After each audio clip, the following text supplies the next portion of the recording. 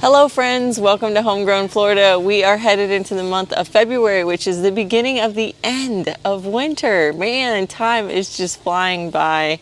Very soon we will be headed into spring, which usually occurs in March, especially for most of the country. But here in Florida, where I live, we'll start to feel the temperatures getting really warm later on this month of February. Stop barking. The nights will still be nice, but the daytime temperatures will start to warm up even more as we continue through this month. It's kind of funny to even say that since this winter has just been so weird. We have been having these super cold days, and then suddenly we are back to like 80-degree daytime temperatures. We have definitely experienced a lot of big swings this year. And just for a reminder, I'm actually located in Zone 9A here in Central Florida. I'm just about an hour north of Tampa on the west coast of Florida. So that's the nature coast. If you're north of me, you will be about a month behind me in your planting schedule, since those temperatures are going to stay on the cooler side for a bit longer. But if you're south of me, you guys in South Florida, you're about a month ahead of me. So it's probably already warming up for you. Believe it or not, summer is right around the corner. This is our last big push to grow those traditional veggies in the garden before we have to switch to more of the tropical varieties.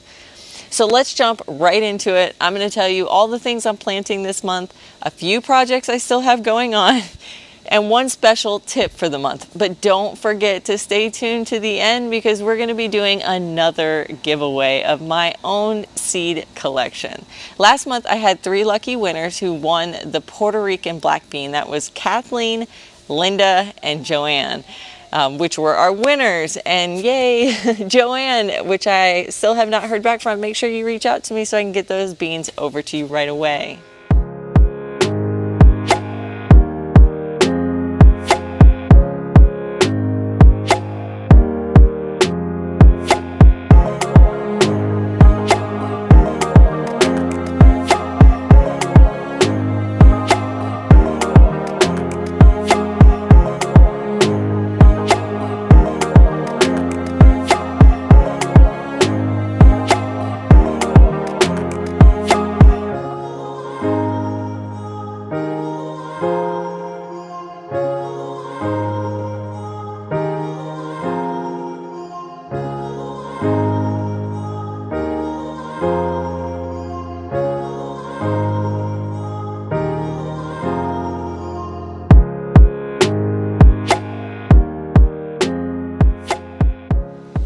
Because the weather is starting to warm up a bit, it's time for the warm season crops. In last month's video, I told you I was going to be waiting for the direct seeded warm season crops until this month. But we have had such weird weather fluctuations, and I've really been debating on when to start them because of that. But I'm drawing a line. I'm deciding that now is the time. If we get another weird swing, which I'm fully anticipating, I'll just have to cover those guys. Covering plants is not my favorite activity to do. You have to cover them, uncover them. You know, sometimes it doesn't even work. I mainly lean on the side of not covering and let my plants do what they do. So in terms of warm weather crops, I'll be starting tomatoes, peppers, corn, cucumbers, beans, squash, and I have very big plans for watermelon this season. So I'm starting some watermelon. You can also start eggplants and cantaloupes or other melons like honeydews. Besides the warm weather stuff, you can also still be growing the cold season crops. According to the UF website, you can start arugula, beets, carrots, Chinese cabbage, collards, lettuce, kale, kohlrabi, mustard, bunching onions, peas, potatoes, radishes, spinach, Swiss chard, and turnip. Other things that it says you can start are things like broccoli, Brussels sprouts, cabbage, cauliflower, and celery. But these are ones that I normally don't start at this point, just because we have a very short time period now. You might be better off if you're in North Florida. You could probably plant those, or if you're starting from transplants. Since I start all my plants from seed, I just feel like it would be a better use of my time to go ahead and move on to the warm season crops and let the cold season crops that I already have as seedlings or in the beds just continue their life cycle. The cold season crops are probably going to grow just fine, but I have found that by the time they are ready to harvest, the bugs will have pretty much decimated them. It's pretty ridiculous. They're going to be taking up a lot of space and a lot of my time and a lot of my effort for fighting the heat and the pests. I would much rather focus on growing the warm season crops at this point. Less stress. Anything I already started in trays will be planted, but I won't be starting any new seeds. You should feel free to do whatever you want. It's your garden, it's your happy place. If you do decide to keep planting those cold weather crops, I encourage you to pick the fastest maturing variety that you have, or varieties with very high heat tolerance. Just a suggestion. Now let's talk about the projects I have going on in the garden this month. I did not get around to all of my big projects during January, so our plan is to continue working on those this month.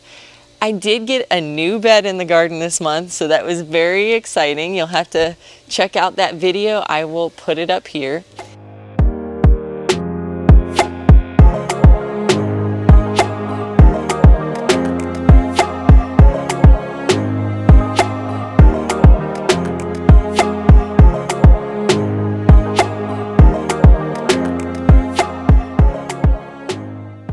My husband and I also found a killer deal on some pavers. We went on Facebook Marketplace and someone gave us like 3 pallets of pavers for a very cheap cost as long as we came and hauled them all away. So we took a couple trips out to their house and brought them all back here. My back was pretty much killing me after moving over 400 pavers, which is probably why we didn't get around to actually placing them all in the front yard. The plan is to place them all around the perimeters of our trees, which we have a camper tree and we have our little avocado tree, and then also along our flower beds and where we have our flagpole. Another project I'm going to be working on is putting in my pineapple patch around my sable palm tree. That's in the backyard here. So I just need to dig out the perimeter, put some compost down, create a perimeter around the tree with the pavers, and then I have 4 pineapples in pots right now that are ready to go. So I really want to get that done this month. Another project I'm working on pretty slowly is replacing some of the plants in my front yard with natives. So one of my 2023 goals this year is to put a native garden in the front. So my plan right now is to put in blanket flowers, some milkweeds. I have 2 different kinds of butterfly and a swamp milkweed, as well as the purple cone flower, and I'm going to put those all out front. I also want to pull up some of the little hedges that I have that have never really done well out there, and they're clearly not native. And I'm thinking about putting a fire bush out there because I love how it helps pollinators, and it's like the perfect spot. I'm going very slowly with this change because I'm not really sure there's enough sunlight for those guys out front. The front of my house is north facing, and I have this huge camper tree that shades a large portion of my front yard. So I have started some plants, placed them out there in pots just to see how they do. I put one of my blanket flowers in the ground a couple weeks ago to see how it does with the soil. I don't want to just plant everything and then everything die. But if everything goes according to plan and the blanket flower likes it and the other, the cone flowers and the milkweed are growing and seem to be getting bigger, then I know that they're probably getting enough sun. If that's the case, then I should have all my natives in place by summer. So crossing my fingers that that all works out. And if it doesn't, that's okay. There are many different kinds of native flowers and native plants here. So I'm just going to have to look for some that like more shade if it doesn't work out the way I'm hoping. Now let's get into the special tip for the month and the special giveaway. This month's special tip is a bit different, but this is the one time a year that you can do these tasks for the best outcome. Technically, I guess you could do these tasks any time of the year, but I found it's best to do them in February. The special tip for February is everything fruits. Fruit trees, fruit bushes, fruit plants, now is the time to get those transplanted into the yard. You also want to take this time to prune them before they start to break their dormancy.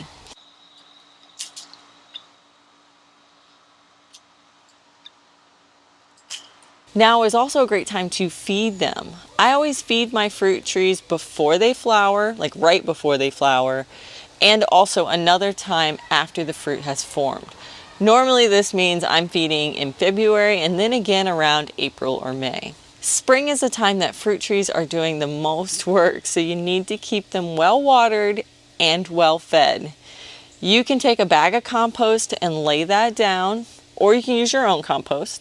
There's also really good fruit tree granular fertilizers that you can use. Don't forget to fertilize plants like your strawberries too. For my strawberries, blueberries, and my blackberries I have over there in Berry Way is like what I like to call it. I like to use Berry Tone, which is from Epsima. I never know how to pronounce the name.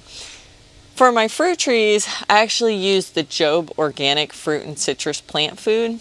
I think it works great. I use it on all my trees, including like my avocado and my peach tree. Epsima makes a citrus plant food that I think would probably work great too. I just haven't tried it. So make sure that this month you spend some time working on those fruit tree tasks.